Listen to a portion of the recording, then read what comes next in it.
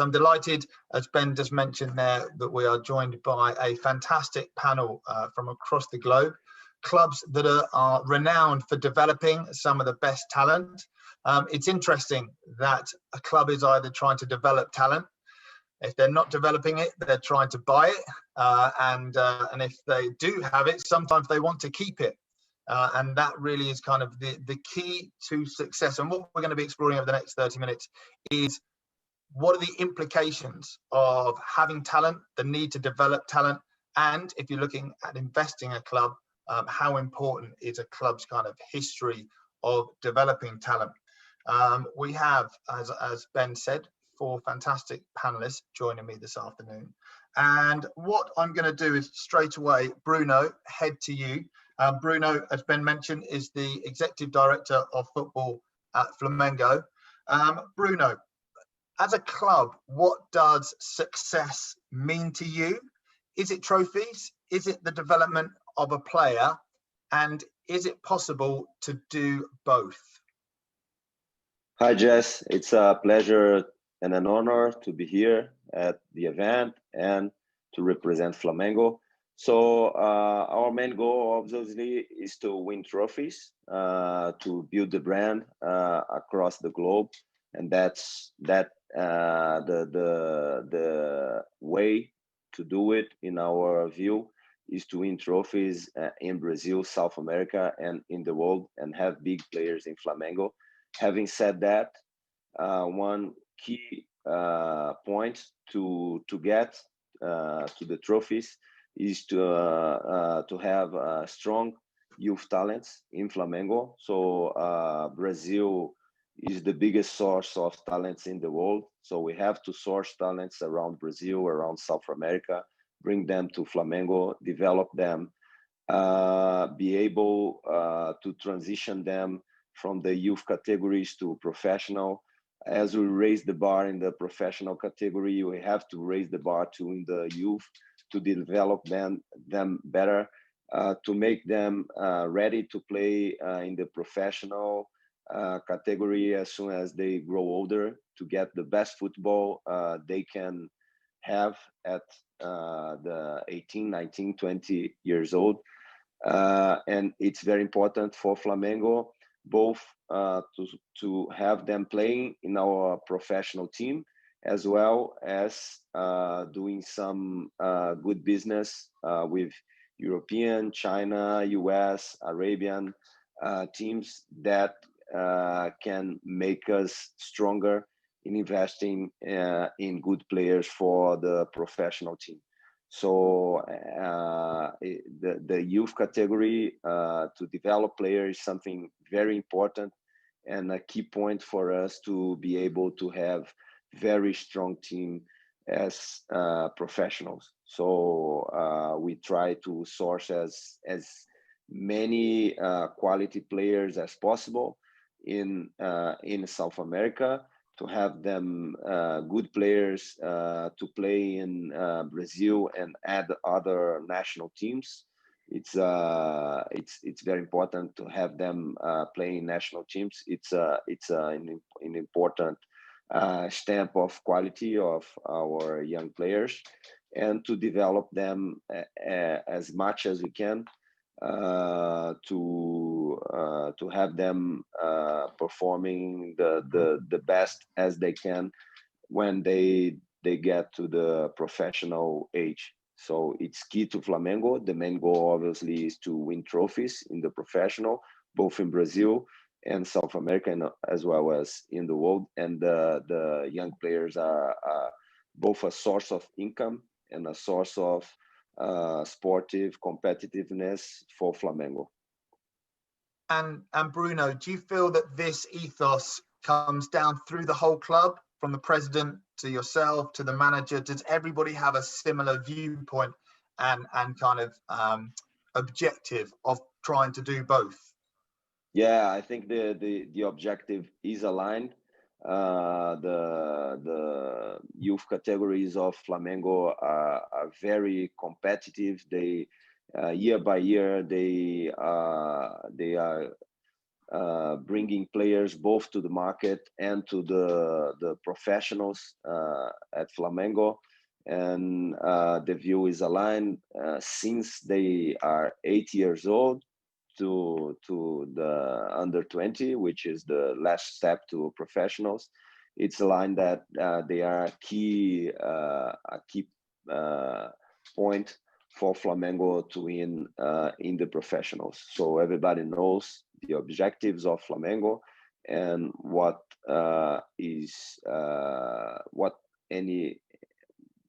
anyone has to do in order to get to this objective. And Ernest, moving to you, I know we had a short discussion before we started on this panel. How important is it to you as a club, to PSV, in developing talent? What are the major benefits to you as a club? And is this finance driven or is it reputation? Well, it's both, Jess. Thank you for the opportunity to share our experience in this. First of all, we have a lot of talent in this region of Holland, the smartest region in the Netherlands. A lot of technological companies who are helping our club to raise our big talents in our club.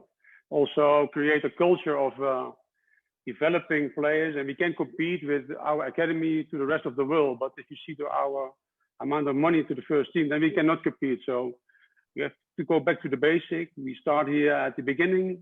Kids are starting at the age of 4 playing in soccer in Holland. Everybody is in this small country is raising the kids as a professional soccer player. We bring them into our academy, and we created a university of soccer development. So 7 times in a week they're be able to train. But also our business model is live for that, because we need one big transfer of our own academy kids to a big competition. So we take both benefits of the area we are living in, and as a small country with a very good infrastructure and social network, it's our big benefits to compete with the big clubs in the world. That's interesting that you talk about your like overall strategy as a club and the financial implications. Does that put extra pressure on you as a head of academy, that if you don't produce talent, people above you will be frustrated financially? No, we're just thinking in potential. We think that we have in every team, we have at least 4 till 6 players who can reach the first team. We think in potential amount of a player. When you look into our second team, under 21s and 18s, we have a lot of big talents who we have to deliver to the first team. But this normally 9 million euros a year is going to our academy. So you need one big transfer once in 2 years. Now, we sell the Depay to a big club. We sell some Bergwijn to Tottenham Hotspur. So also we have result of our way with delivering the guys to the first team. That's why it's important for our first team that we play Champions League and become champion of Holland. It's interesting you brought up Memphis Depay there. Obviously, a famous player that's come through your academy system. And this is kind of a general question to everybody. The whole concept of kind of sell-on clauses, is that something that's important from a business point of view, that if you do sell a player, you have the right sell-on clauses if they continue to make further transfers? For our club, is that the best? So our own player from our academy, the sell-on clauses, many transfer, the better it is for our club. So, but there's also, we need that in Holland because we are a small country. The interest of TV amount is very low. So in this innovative country, we need to think like that. So you have to be creative solutions, but because the amount of many big talents like Memphis Depay in our youth department, and not only PSV but also other clubs, yes, this business model is working very well for our country. It's interesting. We often use the term feeder club. Willie, if I could come to you. When a club has a history of developing players and coming through the ranks of your club, kind of being considered a feeder club, perhaps by some of the European countries, is that seen as a positive or is that seen as a negative? Okay, first of all, thank you for being able to join this conference. And of course, we is a good word that you use. It's mean feeder. We are really like that. We are a feeder of good players, and typically to European market, which is had been the best market for us. And of course, it's a good thing. We feel proud of it. Actually, it's what we do and what we like to do, and what we think we know how to do. And so for us, it's great that we can have this transition, both from the economically point of view, because we live on this. Our budget is supported by our transfers. So similar to what Ernest was saying, we need this transfer to live. Probably our case a little bit more drastic than himself, because we needed more, and therefore we know it's very positive that we can make this developing. We have the same condition that we also in Uruguay. Every kid plays football since he is 2 years old. Start playing in any club, and we are good capturing these talents and developing talent. So yeah, it's like that, and we are happy to do it. And I think we have very good way of doing and developing the youngsters. Bruno, just coming back to you, this concept of being termed a feeder club, as in, is it ever seemed, as such a big club in Brazil, is it ever seemed perhaps an insult from European clubs when they just use that term, feeder to club?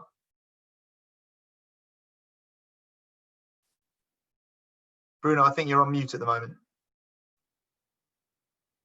I see it in a positive way. Okay. So we have been transferring players to Europe in good values, both in our academy as well as professionals.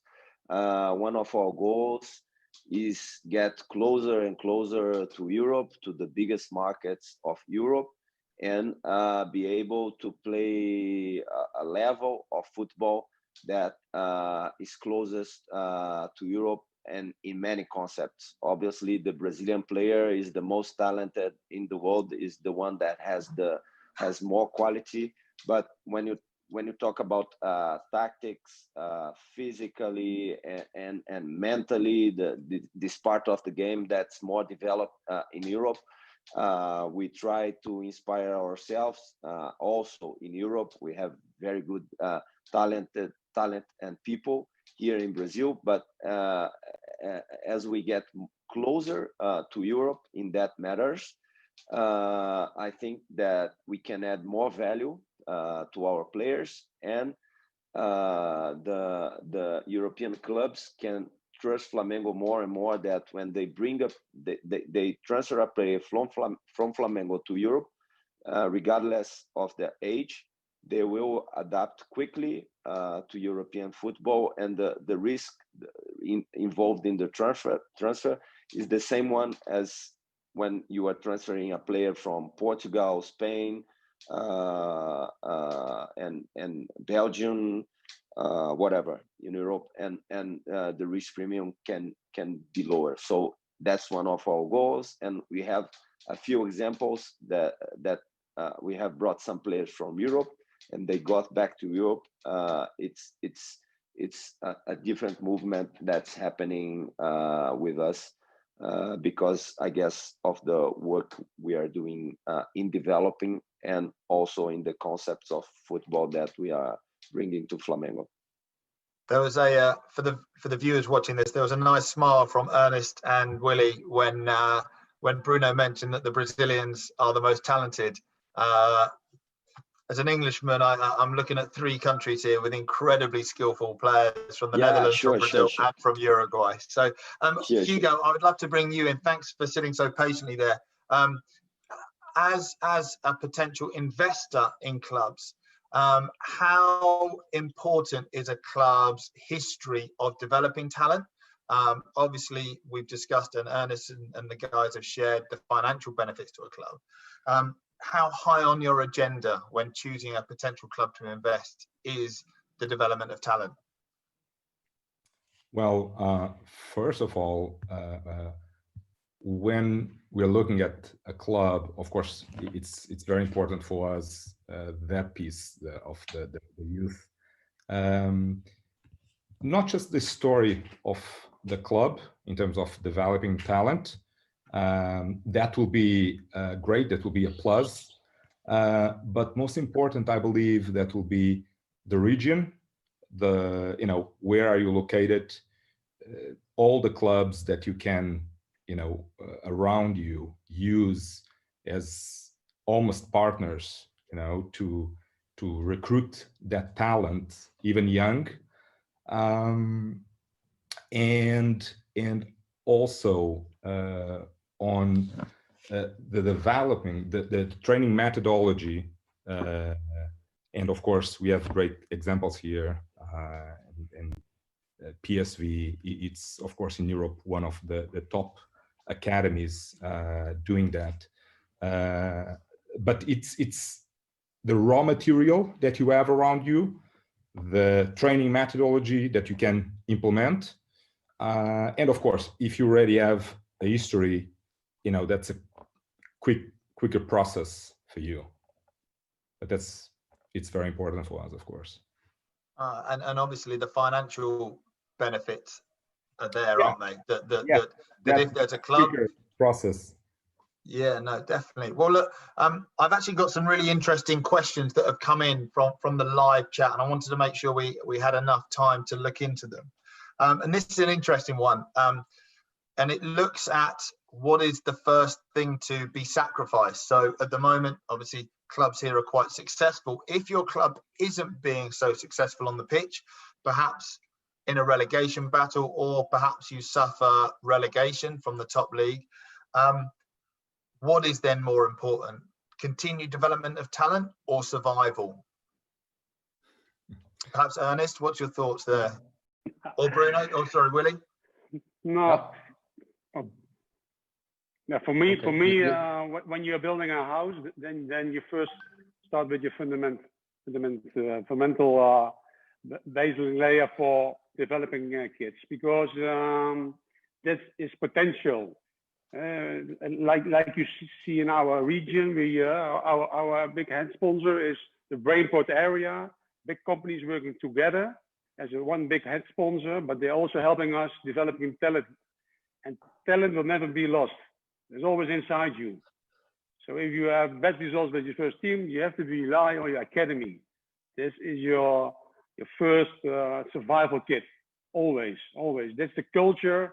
That's why companies are coming to your club. This is why we see in our company and our club, big companies coming together in the south of Holland, between Belgium, Germany, all the smart multicultural companies who are thinking like we did, development of talents, and then you get your success back again, because philosophy of a club, the way the winning attitude, but also what you shows together to develop, it will never stop.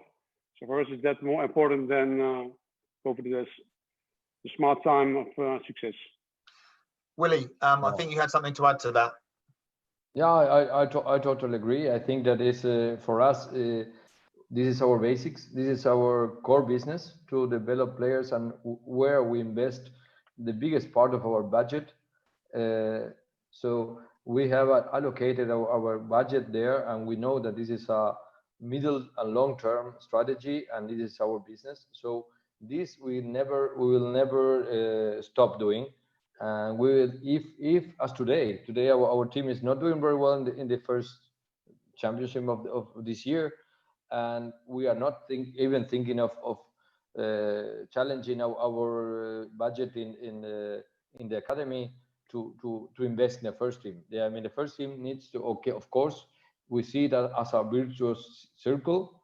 It's good that the first team makes well in the championship, or even in the South American leagues, because this gives you visibility, and your players have more value, more people are looking at them. But at the end of the day, our core business is to develop and to breed, let's say, these youngsters. So This will never change, and this is our core business. And also just go on, Hugo. Yeah, one important thing that you mentioned was about, when you're struggling or the relegation. Of course, it is always stressed. We saw on the past many clubs that, for different reasons, sports or financial, get relegated. Some of them got to like third, fourth division leagues, and the kind of the bottom was, okay, let's start from zero, academy, developing, and then we'll go. And so I believe that that's always going to be the bottom line. And is that, as an investor, is that something that attracts you, as in kind of perhaps picking up a club that's at the bottom and needs to be built? Ernest mentioned the importance of the fundamentals, the foundations of a house. Is that something as an investor that is attractive? Well, it depends. You have all kinds of investors, but there's the turnaround of a football club is of course is very challenging and also is exciting, of course, and building from scratch. But then you have also some investors that prefer kind of the mid-table club, not too many risks, and stable situation. So it's managing the risk, but a reputation of developing talent, I guess, can never harm a club from a future investor. I've had another question come through. It talks about what are some of the outreach programs that your club has developed to identify that talent in the first place, and how important is this in regards kind of the overall picture? Ernest, perhaps you, as in you within your area of the Netherlands, how do you actually go out there in the first place to recruit that talent? Well, first of all, we have our scouting teams. They are among Holland, Germany, and Belgium as well. But also we have 5 locations in small cities in the Netherlands where we gathering our talents together to train them in their own environment. They are still young, 10, 11, 12. So we let them live at their own safe house, and then we bring the trainers in at that location, bring them together. And at the age of 13, we bring them into our own academy in Eindhoven. So we spread out our vision. We have some good other places for our club who are teaching the same way we do in our academy. And we've only got 30 seconds left, but Bruno, and I'm sure with the high density of population around your club, there must be lots of talent that you can recruit from there. Yeah, it's the same. We have a scouting team around Brazil. We are developing a scouting team in South America. We have to be stronger in that side, and we also have partners that source talent for us in a partnership basis around Brazil. Brazil is a continental country, so it's not easy to scout the whole country. So we have partners around. Thank you very much, Bruno. Well, that brings us to the end. That is the end of our look at developing talent. Thank you so much to Ernest, to Bruno, to Willie, and to Hugo. A fascinating look at the importance of developing talent to clubs. That's it. Thank you very much, everybody.